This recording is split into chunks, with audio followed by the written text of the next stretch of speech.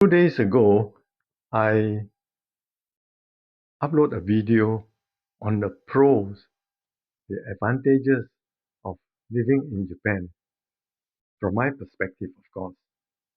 And also, the place where I am residing now is not in the big cities like Tokyo or Osaka, but in a small city like Kitakyushu in Fukuoka Prefecture. It is suburban, meaning where I am now is between the city, Fukuoka city, and the countryside. So somewhere in the middle. So there are lots of advantages, pros. You can check out with my videos of 2 days back, I think. Today I'm going to talk about the cons, the disadvantages, which are not many, and also, from my perspective, my opinion. First and foremost, language is a barrier. But if you can read and or at least speak Japanese fluently, at least you can get by. Small things like how to operate a remote control for the aircon or for the water heater. It's all in Japanese. They don't have it in English. So I will have this. I have this problem because I can't read. So I have to. Of course, I'm fortunate. My wife is Japanese, so she can translate or she can do it for me. But if you want to come and live in Japan, you got to think of this. Language would be a barrier. Most Japanese here do not speak English. They are monolingual. They only understand Japanese. Then the other disadvantage is when you come over and if you don't own a car, public transport is very expensive.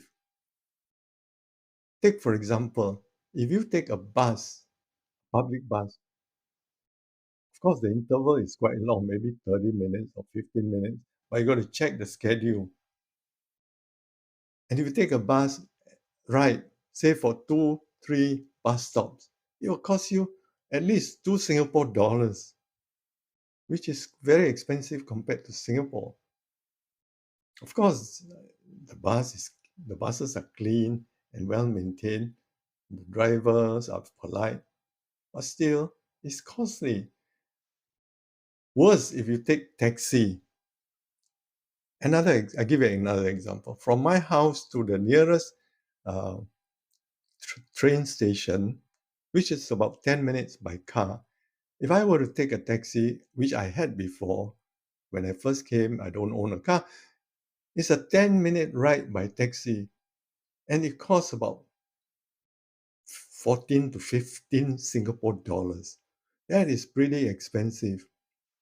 There's no uh, Grab or Uber taxis, and you can't just stop a taxi at the roadside. You have to book or go to a taxi stand, which is not many around here. So, of course, you need to own a car then. Yeah. And where I am now, the roads, the streets, the road, they are very bumpy, sometimes potholes, and they are poorly maintained.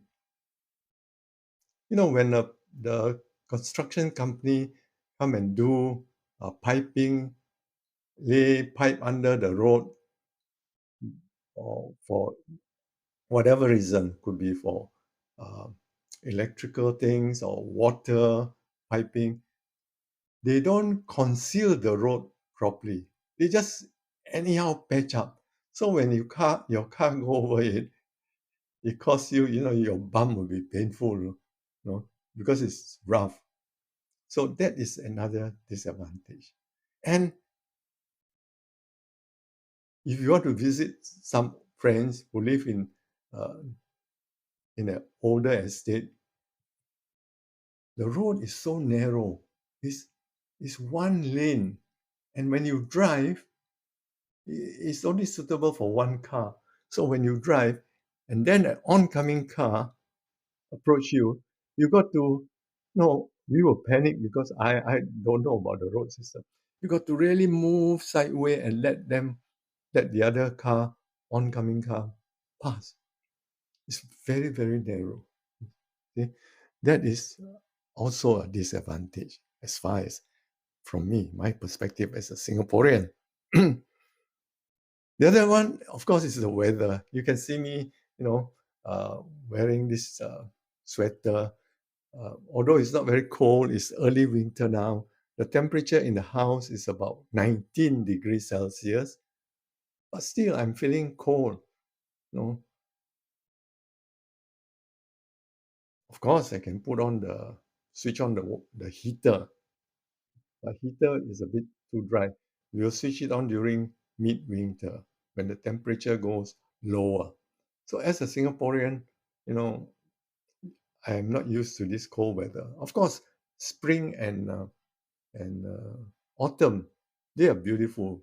Temperature is around average is around 20 to 22, ideal sunshine. The other one is of course natural disaster. You're always mindful, but try to choose a place to build a house where there is there should be no landslide, you know, because of heavy rain or not so earthquake prone area. Yeah, but this is always at the back of your mind because you're Singaporean and Singapore is relatively safe of natural disaster. These are the few points. But remember, the advantages are many, numerous. They outweigh the disadvantages.